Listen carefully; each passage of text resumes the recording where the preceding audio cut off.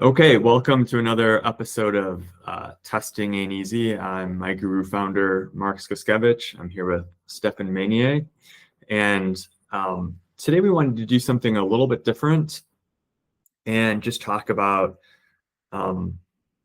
the education process and artificial intelligence, pros and cons of using it, and obviously with a bit of a bias towards discussing its application to preparing for standardized tests. That tends to be the focus of this podcast. So I'm going to kick it off and then turn it over to Stefan to get into the conversation as well. So the reason that I started, AI is everywhere. First of all, it gets a lot of press. I think I don't know, it's millions, tens of millions, hundreds of millions of people that are using ChatGPT every day. I found in my professional life that people are deciding to use it to rewrite. Some people are using it to rewrite every email that they write. It's obviously like kind of a replacement for Google for some people. And so one thing that I tried recently that got me thinking about this was tried to write a blog article about preparing study plans for different periods of time for the LSAT. And the information that came back seemed really good. The writing was really solid. It had like clear advice. It all seemed to really make sense. But then Stefan noticed that it was allocating time to preparing for a part of the exam that doesn't exist anymore because it was pulling information from the last version of the LSAT. And so it was just an interesting example of how AI can sort of be misused if you're not thinking and doing sort of your own research. So I don't know, Stefan, if you wanted to step in and just sort of share. I know you have a little bit more of a skeptical perspective on the use of AI during the learning process. Just was wondering if you could share a few thoughts on that. Not just the learning process. I hate it so much, I turned off Copilot on my own laptop. It's wrong anytime you're asking for expertise, period, full stop. It is crowdsourcing when you're looking for an expert. I obviously work with people trying to get into top schools at every level, and I do have students who reference AI. I recently had a student show me what AI thought about their recent GMAT results, and AI said to decrease your cortisol levels. I couldn't think of anything less helpful. So I am absolutely adamant that if you are looking for expertise, there is no AI in expertise.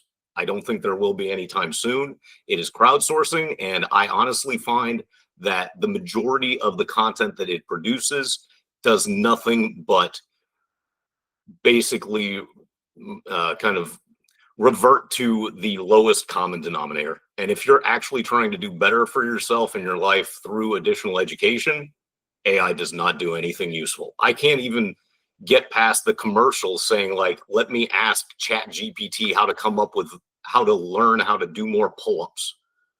Be a person. Learn how to do pull-ups. I don't need a computer for it. I'm going to be that cranky guy that just finds it completely useless. So I think it's completely fine and maybe more interesting for us to have a different opinion on any given topic. I think we have a different opinion on this topic, but I would say one thing I do agree with, my basic theme would be if you're trying to come up with something like a study plan, that was actually a bad use of AI, because a study plan, your individual situation matters a lot. You do want to make sure that you've got the right version of the test that you're preparing for. There's just some thinking involved that it would probably be better to rely on your own critical thinking, your own research, than to just ask it. But if you don't feel like you're the best writer and you've written an initial draft of something and you want to use AI to sort of improve it or rewrite it, I would argue not a bad use case. So I'm going to disagree wholeheartedly, especially when we're talking about college applications and college admissions essays. You're going to sound like a consultant from McKinsey, and it is not going to read like your own voice at all. I've had to deal with this with students who've come to me for essay consulting too. I've actually had students say this to me, ChatGPT says it's well written. And I go, yeah, and it doesn't sound like an actual human being. You're not going to impress. You're not going to stand out. I'm going to stand by that. And if you're writing something that you don't want to write, that's what ChatGPT is for. And unfortunately, what I believe that it is uncovered is that people are writing stuff that they don't care about for hours upon hours of every day. Whether it's book reports for high schoolers that they don't care about the book, whether it's consultants writing up summaries and debriefs that they don't care about, it allows them to do that and write it so that it seems competently written. It does not help you stand out. And that's my point about expertise. If you're looking for expertise, you need to be unique, and it will not be unique.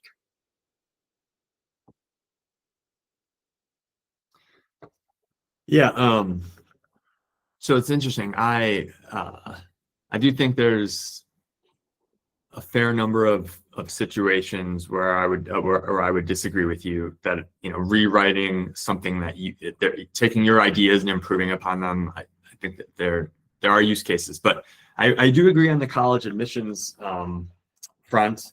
We actually have which I know you're aware of, but we have a small project where we work with a company that does this, and so have some actual insight into the process of writing admissions essays. And it's created this kind of crazy cycle where the students use AI or they don't use AI. Either way, you've got to run it through an AI checker because the colleges don't want you to be using AI. And then sometimes, even if you haven't used AI, the AI checker says there's a small chance that maybe you did. So now you've got to, so it's AI's application to the college admissions process, I think, has really been negative. And I don't really see an upside, to be honest, for that particular process. It doesn't allow you to stand out. The entire point of going to graduate school or to college is so that you can make yourself stand out in society. And if, to your point, Mark, everybody's using AI, how do you stand out when you use AI? You don't. That's it. Right. And you're going to read like everybody else. Again, I had another college applicant who said, you know, the AI said that this fits the prompt. I said, the AI is sycophantic. It's going to tell you whatever you want to hear. So it doesn't matter. You can't trust it. It's like asking an underling. It's like asking Iago from Aladdin, how do you feel about whoever is in charge? I love him. He's the best. It's not going to actually make you better. The thing that I do, and again, I am biased in this role, is that I ask questions that can actually make you think about yourself. AI will not do that. AI will make you feel better about yourself, but it won't actually make you better.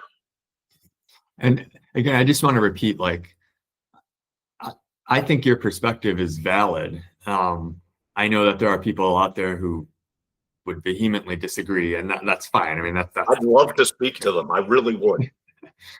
I've yet to be impressed at any level. Like I said, I turned off Copilot on my own laptop. I found it to be so annoying. And the thing with it is that because it is predicated on the idea that you are going to spend more time using the tool. Every other tool that has been created by humanity is to limit the amount of work. This thing is intended to make you use it more. Your hammer does not ask you to keep building the house. That's true.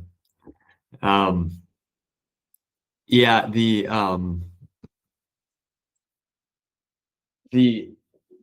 some of the use cases for me, though, that I could, you know, I imagine a student preparing for the GMAT and you know, they're using whatever material they're using, right, they don't know how to do the problem. the explanation provided by the book they're using or the app they're using or whatever is not helping them understand how that's the right answer. So you could ask ChatGPT or whatever, choose your model, give me 3 different ways to prove that the answer is C, and it'll give you 3 different ways, which might spark something for you, I would argue. But it also might be 100% wrong. And I've asked this thing to do GMAT problems, and it's been 100% wrong and 100% certain. And how are you going to know as a student whether it's 100% wrong or right? Well, because you're doing a practice test or a quiz and you do know what the answer is. You're just not sure. In my scenario, you're not sure how to get it. You're not following the explanation. And I'll tell you right now that this, again, is theoretically what you'd use somebody like myself for, which is to explain things that you're not understanding. If that is what you're using it for, sure. But does it help you understand the next problem unless you have it with you? Again, your hammer is telling you, bring me along every time you see everything. And on the GMAT, you won't have AI. Yeah. Now that I think is a really good point. And I do see that in a variety of situations where people are starting to do AI. There's just this reliance on it. And the scary thing is in professional life, I mean, yeah, you can't really pull it up in the middle of an in-person meeting in sort of a tense moment to explain yourself. And maybe that's where things sort of hit the fan, but you can use it a lot. But that is true what you just said. When you were sitting down to take the LSAT or the SAT or the GMAT, you definitely can't use it. No. And that's why I tell all of my students, try to figure out what the right answer is yourself. Explanation first. You've got the answer, work through it. Maybe your scenario is applicable. I can't trust it though. The credibility for me with AI is not there. And if you're trying to be excellent in any field, you've got to be confident in what you're saying. I've never been confident in anything coming out of any of these tools, however long they've been around, whatever it is, 3, 4, 5 years. Like I said, I turned it off on my own laptop. Yeah, you know what it makes me think this conversation is that the AI we have now, I mean, I think what I just said still could be true to help you understand something you're totally not just sort of grasping. That could be a use case. But for the most part, there is research about how the brain works that will show you that the best way to learn is to work things through yourself, to really struggle with it and to sort of try to figure it out. Now, AI can be a part of that sometimes when you've just reached the max and it's not happening, but any sort of letting yourself off the hook by continuing to not push yourself and not work it through is gonna probably end up coming back to bite you. What's the name of this podcast? Yeah, testing ain't easy. AI gives you the sentiment that it should be. Shouldn't be. You want to separate yourself. You want to be unique. You want to be the best. You got to put in the work. It isn't going to be done by the machine. And again, you can't even guarantee the machine is right. But the fact that people will believe the crowdsourced materials coming from AI, but they're dubious of experts, is just a societal problem. People will go to AI and believe whatever it says about vaccines, but won't believe their own doctors. This is insane. I will be the guy standing in the middle of the streets of Detroit right now saying the horse is better than the car for this thing. In most instances, I'm not. But I've seen too many issues where AI, I go, that's wrong. And the problem with it, and I looked at this. I actually looked at this. This was another issue. I found an article that said that the GRE is one of the 10 hardest exams in the world. It was written clearly by AI. It did not mention the GMAT. If you ask any professional, the GMAT is way harder than the GRE by default. It did not mention the LSAT. The LSAT is so much more difficult than the GRE as a default. Any professional is going to say that. But if somebody just out in the real world finds this article, they're going to go, ooh, the GRE. It's wrong. It's wrong. Yeah. And there's no way to vet it unless you're motivated to do so yourself, which completely circumvents the utility of the tool. If I got to go do the work myself, I should just do the work myself. Why would I go contact AI in the first place? Yeah. We're also, I also should be careful, and I'll try to think we try to keep these podcasts to 20 minutes or so. So I want to make sure we don't go on and on. But I think another lens to put on this conversation is if you put in the work to think about a process. So this is sort of not really related to testing, but I'm just speaking about AI more generally. If you understand the various AI tools that are out there and you put the work into thinking about how a process that you have to follow, like in your job or for whatever reason, and you apply the tool to that process to save yourself a bunch of time. Now I think that's a totally different conversation. I think you would feel differently about that, right? So that is what AI is being used for, is it is revealing how little people enjoy the day-to-day work of their professions. They're happy to outsource their marketing materials. They're happy to outsource their summaries. They're happy to outsource their debriefs because they don't care about them in the first place. That, again, is more of a societal issue. It has nothing to do with actually this being intelligent and able to provide you a useful tool or vehicle to improve yourself. It is a useful tool to offload responsibilities, largely in a corporate environment, that you are just not all that interested in performing and you feel are largely performative. Yeah, but some of those activities, I mean, I'm obviously going to push back on you a little bit. Some of those activities aren't enjoyable, and it is better to automate them and make them happen faster. Now, I think your point would be maybe there's an over-reliance when we're talking about things that should be somewhat creative, or expressing yourself about a topic. Like, why don't we just make that be you and not the AI? No, and one of the things that I try to get people to recognize, and I think most of the folks that I work with, I'll just focus on the writing aspect of it. It's supposed to be fun. You didn't have a good writing teacher. That's why you hate writing. No, seriously, it's a simple solution. You like writing because you want to articulate things and you think creatively, and lo and behold, you realize there's this great ability that you might have to articulate yourself and express yourself and come across as an actual unique human being. And when you put it into the AI, you're sacrificing all of that. And I'm going to keep it in the admissions realm because that's where we're really focused. But again, if we're talking about testing ain't easy, by putting it into some sort of, you're just putting it into a box and saying, give me back whatever is going to be the median value. You just want to be the median value? Use AI for your application essay. You'll get into a median school. You won't get into the top ones. Yeah. Yeah, I think on balance, if you're talking about writing an application essay combined with the process of preparing for the required standardized test, if you're talking about all the processes of getting into college or graduate school, yeah, it's I could see an argument for it's an area to not, don't worry about AI so much. Not the best place for it. It's because it's not an expert. And unfortunately, and this is the euphemism of the propagandistic era we find ourselves in, because everybody can put stuff out and everybody can find it theoretically. This idea that it's called artificial intelligence. It's not intelligent. It's really dumb. It's crowdsourced. It's the stupidest thing you'll ever read, which is how we end up with information that's from 10 years ago coming out as if it's new. It's not.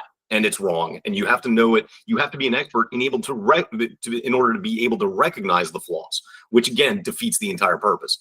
It's also barely artificial because it's not creating anything new. It's just crowdsourcing and regurgitating the most commonly used things. Read an interesting thing on the Times not too long ago that the language, because one of the largest populations of English speakers is in Nigeria, you're catching Nigerian slang or Nigerian usage of the English language in AI produced documents around the globe, which makes perfect sense. That makes perfect sense. And do you as an applicant want to sound like you're Nigerian? Maybe if you are from Lagos, but certainly not otherwise. Yeah, I think it's interesting though, Stefan, obviously, there's going to be a wide range of opinions on this. Some people, the dozens of people that might watch or listen to this, you in the case where you're just, without doing much thinking yourself, asking ChatGPT for something, what you should write about in your essay, I totally could see where you're coming from. But you also have you have people with PhDs spending millions of dollars and thousands of man hours building essentially virtual doctors that can be more accurate and more effective than a real doctor. And that could really benefit society and save lives. So I just want to be careful with how we're positioning AI in a very narrow circumstance, and being vetted by aforementioned experts. So you've got to have a team of doctors to say that stuff's right at the end. You don't have one if you're a consumer using ChatGPT. Yeah, that's fair. To have the vetting. There's no vetting when you're doing it yourself. Yeah, that's fair. Well, I think you've made your point. I think it's a good point. There's just this proliferation of AI usage. It feels magical, and it allows. And I know it's one of your main themes whenever you're. Well, that's why you called it testing ain't easy, right? It's AI is something that makes things easy, and it shouldn't always be. No, and it's not just that it makes it easy. And I cannot stress this enough to people who are going to graduate school. If you want to circumvent the challenge of getting a top GMAT score, getting a top SAT score, getting a top MCAT or LSAT score by using some sort of tool, you know what you're going to do for yourself? You're setting yourself up for failure in class because you didn't learn the study skill sets. You didn't learn the actual skills themselves that are going to be useful when you get to campus. You're going to be shocked when you're like, oh, actually, I don't understand how exponents work, or I don't understand how to do basic conditional reasoning because you outsourced it. And again, this is assuming incorrectly that what you got from these, artificial intelligence tools are correct anyway. So, yeah, I am absolutely the Grinch when it comes to AI, since we're recording this close to Christmas. But the reason I'm the Grinch is because I have yet to see one professional academic use of it that is actually benefiting the student. I don't see it.